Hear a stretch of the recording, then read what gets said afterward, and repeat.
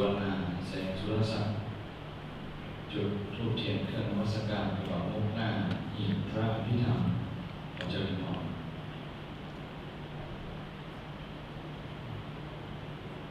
ที่ดีครับ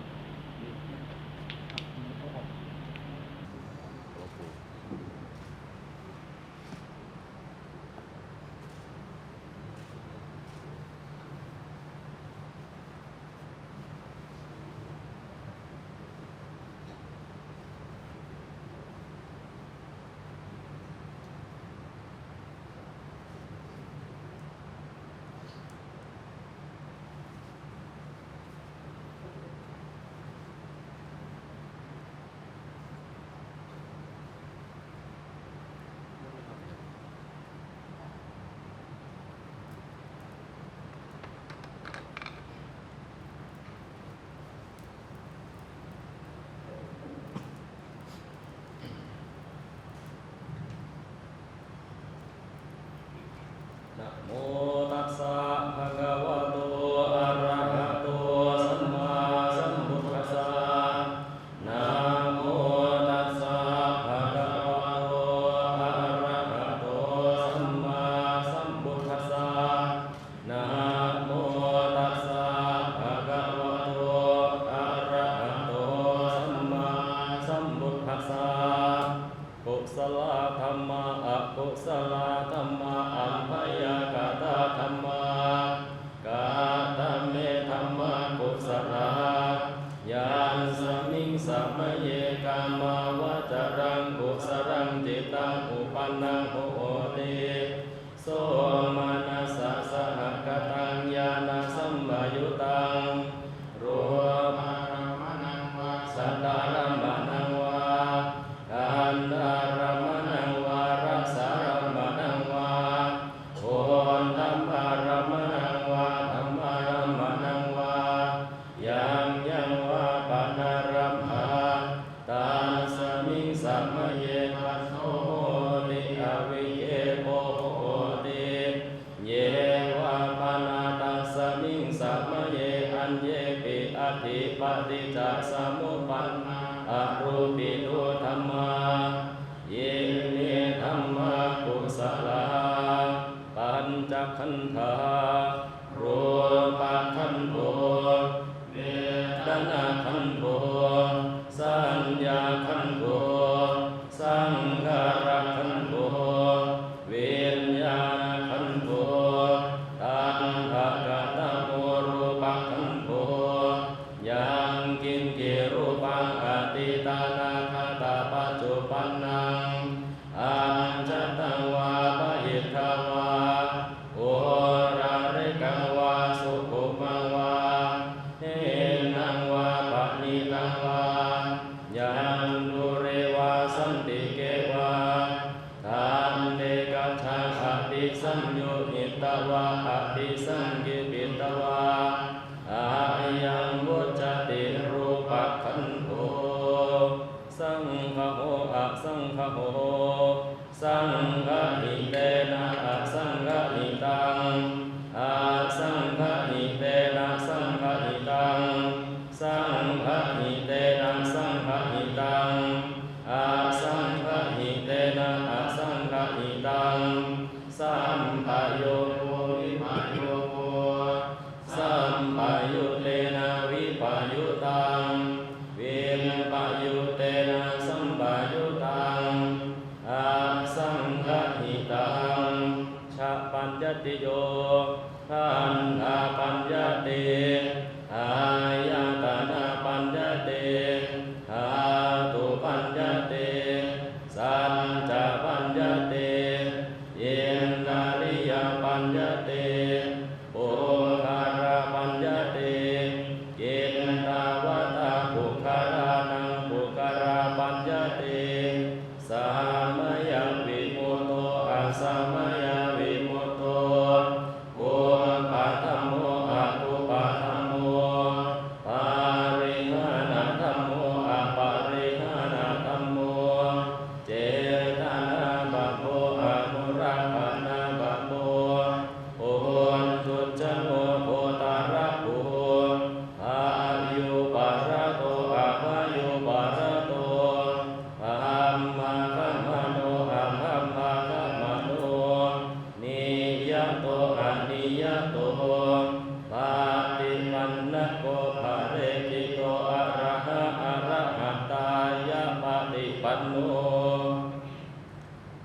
คโลอุปราภเต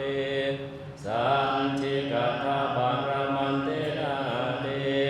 อามันตาโยสันทิกัตโตปรมัตโถตัตโตโสบุคโลอุปราภเตสันทิกัตถะปรมันเตนะเตนาหิวังวัตเตอาจานะหินิกังหันเต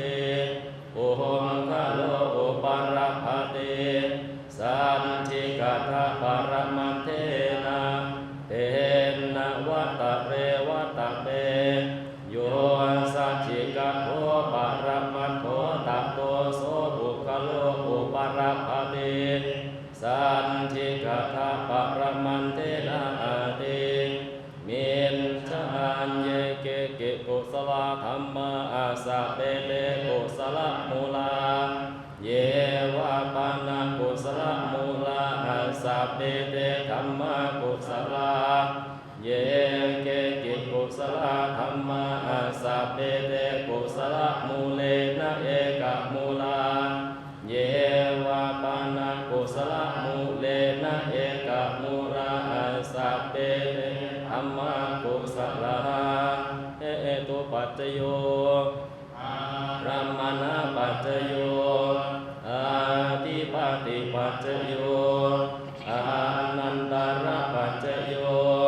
สัมมานันตระปัจจโยสัมหัจจตปัจจโย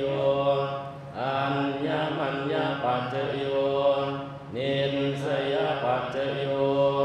โอปานิสยปัจจโยโอ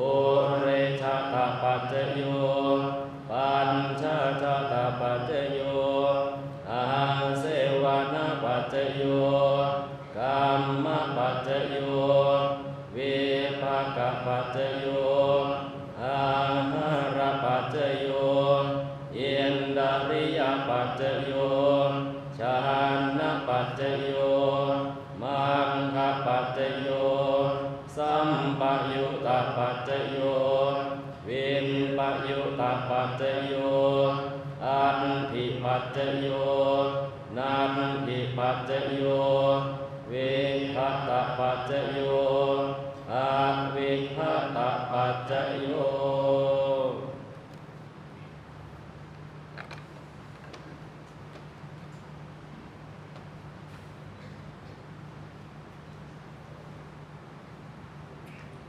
ลำดับต่อไปจะเป็นการทอดผ้าบางสกุลจากตัวแทนคณะศิษยานุศิษย์ที่ได้ร่วมเป็นเจ้าภาพในการเป็นกุศลในค่ำเดือนวันนี้ซึ่งมีอยู่คณะที่จะมีตัวแทนรับ4ท่านในการทอดผ้าบางสกุลเป็นลำดับต่อไป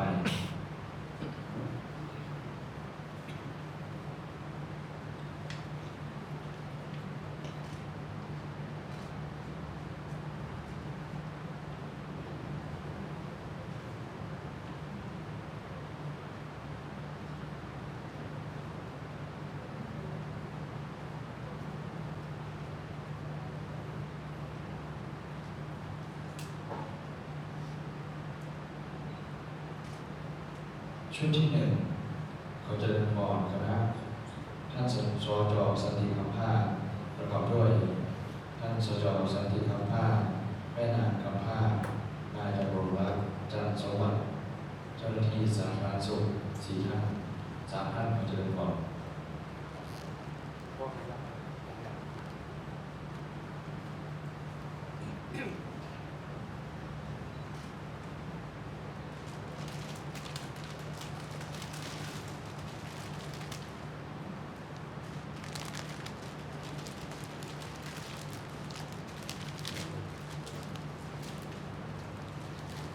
เจ้าภาพคณะที่2ขอเจริญพรจากคณะ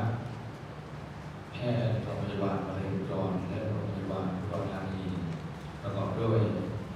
นายแพทย์อัครวัฒน์รัตนพงษ์ไพบูลย์นายแพทย์อนุสรณ์หลักชัยแพทย์หญิงสุพรรณีสวนสะอาดและแพทย์หญิงนิพาพรอินทรสัตย์กุล4ท่านขอเจริญพร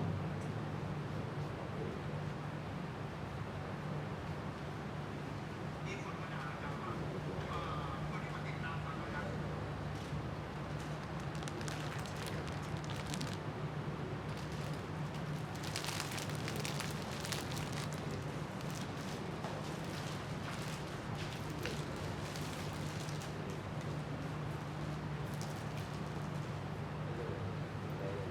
3จากคณะศิษย์หลวงพ่อบุญเหลือทิตวโรวัดป่าวัดธรรมยุทธวาสประเทศเยอรมนีประกอบด้วยตัวแทน4ท่านท่านที่1พ่อประยูรสงครามท่านที่2แม่คำศรีสงครามท่านที่3แม่พรหมนนทิ้งและแม่ครับท่านที่4แม่คำภูศรีสงคราม4ท่านขอเชิญพร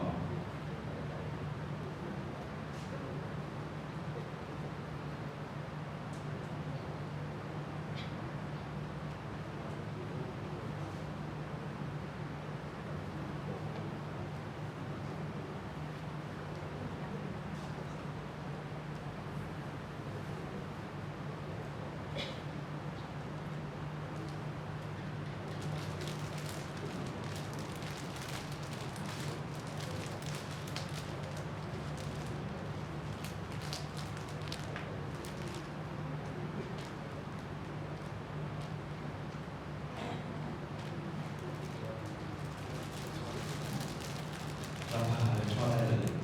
ไม่ต้องรับ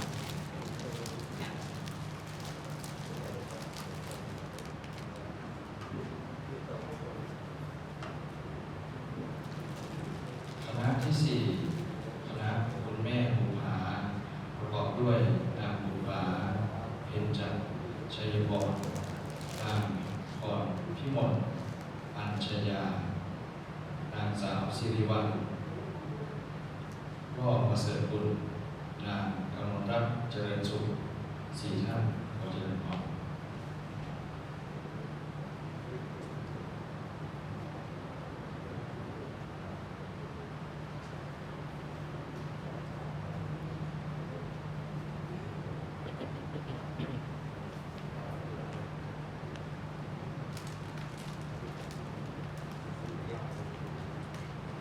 ไม่สะดวกยืนวางเลยยืนก็ได้ ไม่ได้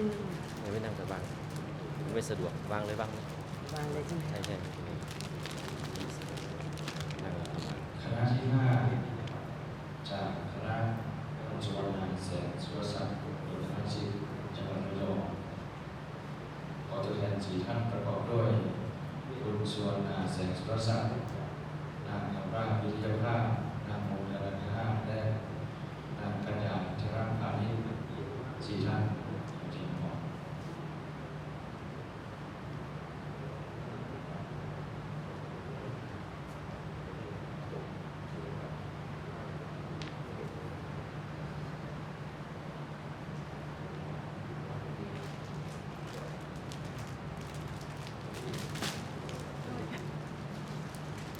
วางครับ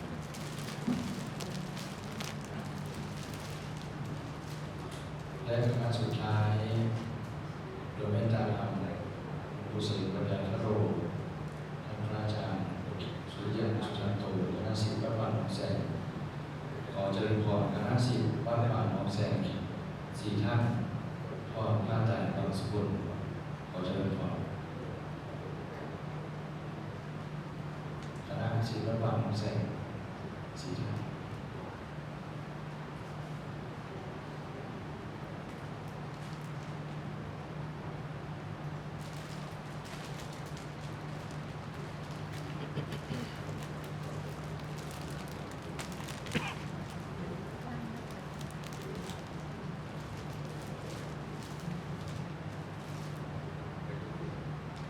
ขอกราบให้หมดท่านหลวงพ่ออาจารย์สุริยันสุจันโตเจ้าวาดวัดป่าหนองแสงถวายไปมรณบัตรขอกราบให้หมดครับ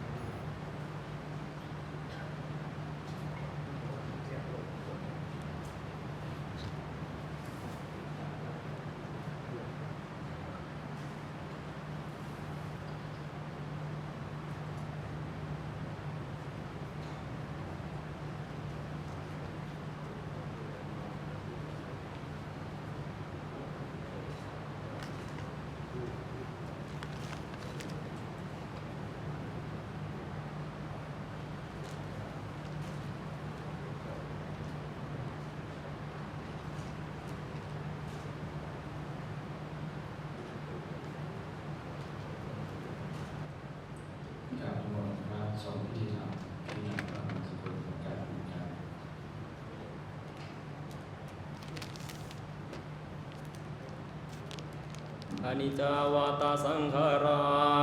โอโหมบาดาวะยะธัมมิโนโอปัญชิตวะนิโรชันเตเตสังโฆปัสสโมสุโขสัมเมสตามรันติจามาริสุจามะเรสเรตาเทวะหังมะเรสามินันทิเมเอ็นนาสังสโย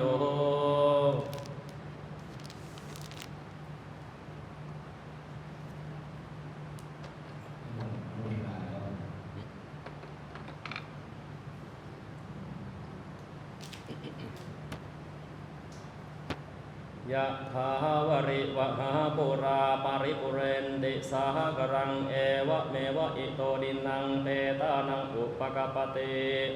อิชิตังปัฏฐิตังตุมหังกิปะเมวะสมิจจโตสัพเปปุเรนตุสังกปาจันโดปนะระโสยะถามณิโจติระโสยะถาปิโยวิวันชันโตสัมมาโรโควินัสสตุมาภวันวันตารายโยสุขีทีพายุโกภาวะอภิวาทนาสิรินสานินจังบุญหาปัจจเยโนจันทารุธรรมวันทันติอายุวันโนสุขังภาลังอัตสิเมอากาสิเมยาเตปิตาสักจเมเอตานังนาคินังนัจจอัมบุเมกตามนุสรังนาเหรุนังวาสุโกวะอายาวัญญาปริเยวนานาตังเตตานามัทธายะเอวังเตตังดิยตโยอายัญจักโพธังกินาทินนาสังฆัมหิสุปฏิทิตาเออารัตังอิตายัสสะทานาโสปะกปะเตโสยติธัมโมจะอัญญังนิราสิโตเปตานะปุชาจักกตาอุราราบารัญจะภิกขุนะมนุปาลินังตุมหิปุญญังปัสสุตังอนาปกันเตรัตนาตายานุภาเวนะรัตนาตายาเตชะสาดวงหาโรคาพยาเวระโสกาสตุจุปัตตวาอันนิกะอันตรายาเปวินาสันตุอาเสสโตชายาสิทธิตนังลาภังโสธิภาคยังสุขังพลังเสริอายุจวันโนจะโภคังวุฒิจยสวาสาตาวัสสะจะอายุจะชีวาสิทธิภวันตุเตภาวะโตสัมภมังคารังรักขันโตสัพพะเทวตาสัมมาพุทธานุภาเวนะสัทธาโสธิภวันตุเตภาวะโตสัพพมังคารังรักขันโตสัมมาเทวตาสัมมาธัมมานุภาเวนะสัทธาโสธิภวันตุเตภาวะโตสัพพมังคารังรักขันโตสัมมาเทวตาสัมมาสังฆานุภาเวนะสัทธาโสธิภวันตุเต สำหรับการบำเพ็ญกุศลสวดพระพิธรรมในค่ำคืนที่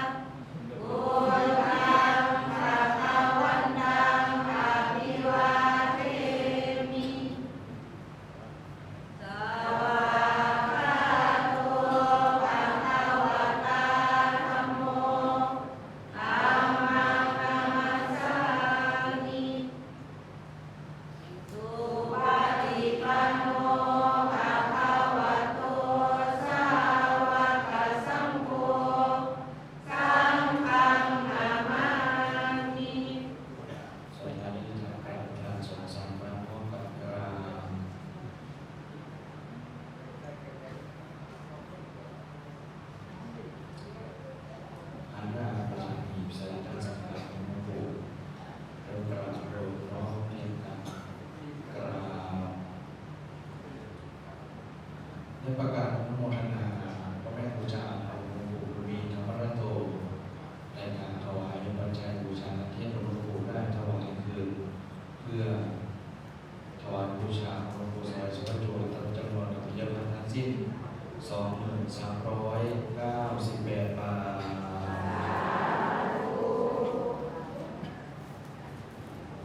สำหรับค่ำคืนวันนี้เป็นอันเสร็จพิธีในการบำเพ็ญกุศลสวดพระพิธรรมขออนุโมทนาคณะเจ้าภาพ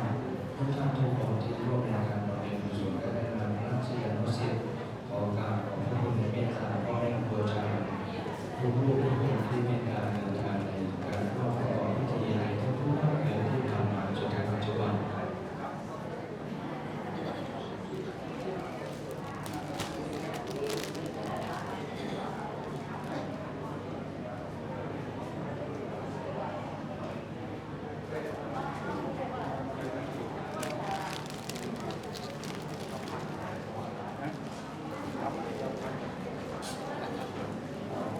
การพระองค์บอกไปรับอ๋อ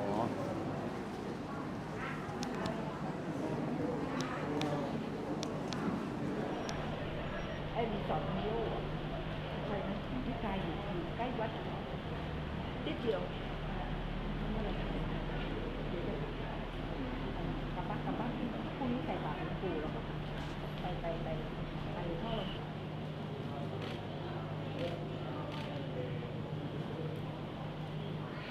ถ่ายไหมครับผมถ่าย เมื่อไหร่